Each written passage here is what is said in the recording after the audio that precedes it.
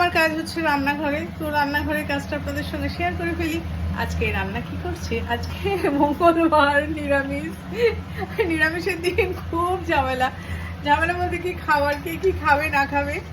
তবে এই দেখুন, ডাঁটা, বড়ি, আলু দিয়ে পোস্ত, দেখেছেন? কারা কারা খেতে ভালোবাসেন এরকম পোস্ত? খেতে কিন্তু খুব সুন্দর হয়, বলবেন না যে সবজি দিয়ে পোস্ত বানিয়েছি। এই ডাঁটা আর বড়ি দিয়ে ফুলকপি, এর মধ্যে ফুলকপি পড়লে আরো সুন্দর লাগে। তো বড়ি আর ডাঁটা দিয়ে করছি। সবাই খেতে ভালোবাসে আর খেতেও সুন্দর হয়। তো এটা হচ্ছে আজকে রান্না। আর বাদবাকি ভাজাভুজি করেছি, এই যে কাঁকরোল ভাজা, ভেন্ডি ভাজা, বাদাম আমি ভেজে রাখি, আপনাদের সঙ্গে আমি বলে রেখেছি আমি বাদাম ভেজে রাখি।